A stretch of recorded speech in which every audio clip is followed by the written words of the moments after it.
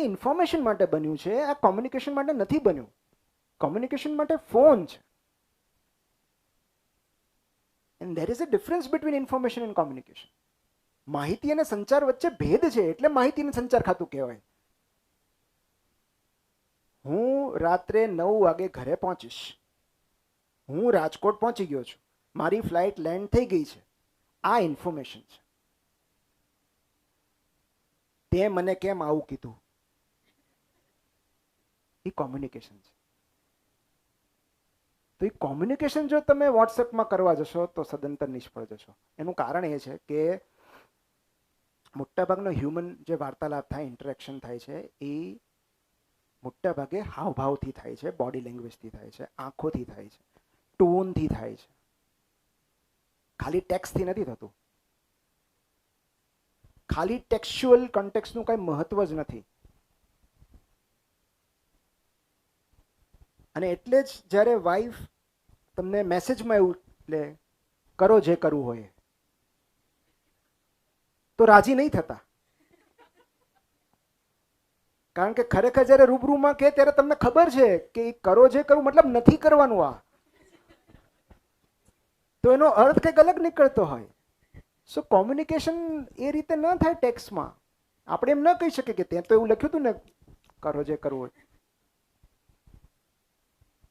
તો mindful content consumption એટલું જ મહત્વનું, કારણ કે we live in a world of information obesity. અને આ ઇન્ફોર્મેશન ઓબેસિટીના કારણે આપણું મન આટલું બધું ગ્રહણ કરવા ડિઝાઇન જ નથી થયું. We are not prepared for this much of information. સવારથી લઈને રાત સુધી આપણે બીમાર થઈ જઈએ. તમે કોઈ એક વ્યક્તિને મોબાઈલ સાથે એને છૂટ આપી દો, અનલિમિટેડ ડેટા, જે જોતું હોય એને, બરાબર, 3-4 એકાઉન્ટ આપી દો, તારે જે સર્ચ કરવું એ કર. સવારથી રાત સુધી બીજું કોઈ જ કામ નથી. તારે કાંઈ કરવાનું નહીં. તને 2 ટાઈમ તને ચા મળી જશે, તને ખાવાનું મળી જશે. તારે કાંઈ જ કરવાનું નથી. તારે ખાલી સ્ક્રોલ કરવાનું છે. તારે જે રીલ જોવાય જો, જેમાં કોમેન્ટ કરવી એમાં કોમેન્ટ કર, જે શેર કરવું શેર કર, જ્યાંથી ન્યૂઝ કન્ઝ્યુમ કરવા હોય ન્યૂઝ કન્ઝ્યુમ કર, યુટ્યુબ જોવું તો યુટ્યુબ જો. સવારથી લઈને રાત સુધી 12 કલાક. રાત્રે તમે એને મળશો ને, એ બીમાર થઈ ગયો હશે. એમ કહેશે મારે મરી જવું. કારણ કે આપણું બ્રેન આની માટે બનેલું જ નથી, આટલી બધી ઇન્ફોર્મેશન માટે. We can perceive and proceed very limited information. Very limited information. એટલે જે ઇન્ફોર્મેશન આપણા કામની જ નથી, એ શું કામ કન્ઝ્યુમ કરવાની? અને એટલે જ મને ફોરવર્ડ ઉપર બહુ જ ગુસ્સો હોય.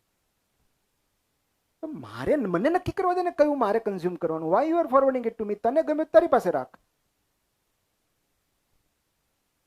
તો મારે શું જોવું એ તો હું નક્કી કરીશ ને. મારે ન્યૂઝ નથી જોવા. મને નથી મજા આવતી. હું બેચેન થઈ જાઉં છું, મને ચિંતા થાય છે. અને કોન્સ્ટન્ટલી, અને બિકોઝ દરેકે પોતાની ન્યૂઝ મીડિયા એજન્સી ચલાવવાની હોય, દરેકે છાપું ચલાવવાનું હોય, દરેકે સોશિયલ મીડિયાના પેજ ચલાવવાના હોય, એટલે સતત તમને એવું જ લાગશે કે આપણા ઉપર એક સંકટ તોળાઈ રહ્યું છે. As if the sky is falling. કાં તો આર્થિક સંકટ છે, કાં તો રાજકીય સંકટ છે, કાં તો ધાર્મિક સંકટ છે. કોન્સ્ટન્ટલી તમને એવું જ ફીલ કરાવવામાં આવશે કે ધેર ઇઝ અ ક્રાઇસિસ. અને તમે રિસ્પોન્ડ કરો, જલ્દી રિએક્ટ કરો. કંઈક રિએક્ટ કરો, 10 જણને મોકલો જલ્દી. તો that is mindful content consumption, કે શું જોવાથી મને શું મળે છે એ હું નક્કી કરીશ. અને એટલે there is a smart way of exploiting the algorithm, કે તમે એક અલ્ટરનેટ એકાઉન્ટ બનાવો કોઈ બીજા નામથી કે ડમી નામથી કે જે બી હોય, અને એમાંથી માત્ર એ જ કન્ઝ્યુમ કરો, એને જ ફોલો કરો જે તમે ઈચ્છો છો.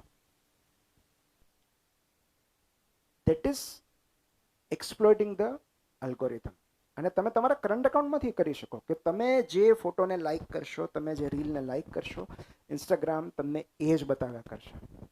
સો તમે બુક પર જઈને, કોઈ બુકસ્ટાગ્રામ પર જઈને કોઈ બુકના પિક્ચરને લાઇક કરો છો તો ફીડમાં એ જ આવશે. So that is Bing mindful about content consumption. Next is share, help, express. તો આપણા દરેક પાસે એવું કંઈક રહેલું છે જે આપણે શેર કરી શકીએ. ઓસ્ટિન ક્લેનરની એક બહુ સરસ બુક છે, show your work. Show your work એટલે કે કંઈ પણ શેર કરો જગત સાથે. તમારી પાસે શું છે એવું શેર કરવા માટે? કાં તો કોઈ લેસન હશે, કાં તો એક્સપિરિયન્સ હશે, કાં તો સ્કિલ હશે. કાં તો નોલેજ હશે. તમારી પાસે કંઈક એવું છે, દરેક પાસે એવું કંઈક હોય છે કે જે એ જગત સાથે શેર કરી શકે. અને જો કશું જ ન હોય તો આસ્ક યોરસેલ્ફ વન ક્વેશ્ચન, તમને શું શીખવું ગમે છે?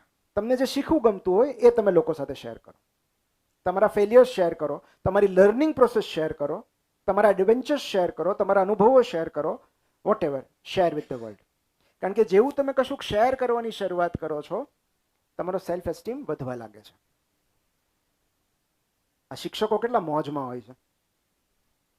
ઓકે, ઓર ખાલી શિક્ષકો નહીં, તમે જ્યારે કોઈને ભણાવો છો, તમને કંઈક શીખવો છો ને, ત્યારે આપોઆપ તમારું આત્મબળ વધવા લાગે છે. તો it is the power of sharing. કે તમે તમારી પાસે જે છે, તમે લેહ લદ્દાખ જઈને આવ્યા છો અને તમે જેવું કોઈક સાંભળશો ને કે કોઈક ટ્રીપ પ્લાન કરી રહ્યું છે, ઓટોમેટિકલી તમે બધું કહેવા લાગશો કે ત્યાં તો પછી છે ને અહીંથી આવું થાય, અહીંથી આવું થાય, અહીંથી બાઇક લેજો, અહીંથી આમ કરજો. So that is sharing your experience. તમે ક્યાંક નિષ્ફળ ગયા હો તો એ પણ શેર કરો કે હું અહીંયા પડ્યો હતો, અહીંયા આ નિષ્ફળતા મળી હતી. ઓર ધ બેસ્ટ વેઝ, જે તમે શીખી રહ્યા છો એ જગત સાથે શેર કરો, જે હું કરું છું. મતલબ મને એવું લાગે કે આ પુસ્તકમાંથી આજે મેં વાંચ્યું છે, મારે તમારી સાથે શેર કરવું જોઈએ, તો નેક્સ્ટ ડેનું રીલ બની જશે. Because I feel this is too good information to be ignored. આ મારે તમારી સાથે શેર કરવી જ પડશે. That is the urge to share, એ દરેકમાં રહેલી હોય.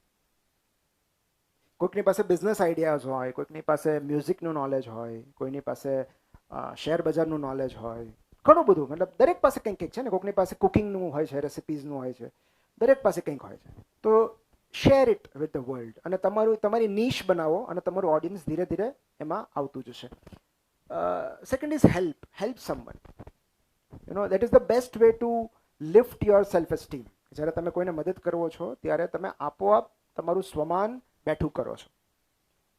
So that is the best way to get back to your life, કે મેક સમવન્સ ડે. અને કોઈનો દિવસ બનાવવા માટે કે સુધારવા માટે તમારી કિડની ડોનેટ કરવાની જરૂર નથી,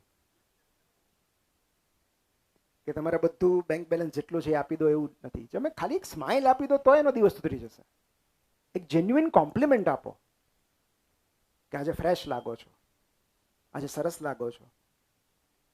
જેન્યુઇન કોમ્પ્લિમેન્ટ. અને જેન્યુઇન કોમ્પ્લિમેન્ટ ને ફ્લેટરી વચ્ચે એટલો જ ભેદ છે કે જેમાં તમને કોઈ સ્વાર્થ નથી, જેની પાસે તમને કશો જ લાભ નથી મળવાનો, એને તમે કોમ્પ્લિમેન્ટ આપો છો ને, દેટ ઇઝ વેરી જેન્યુઇન.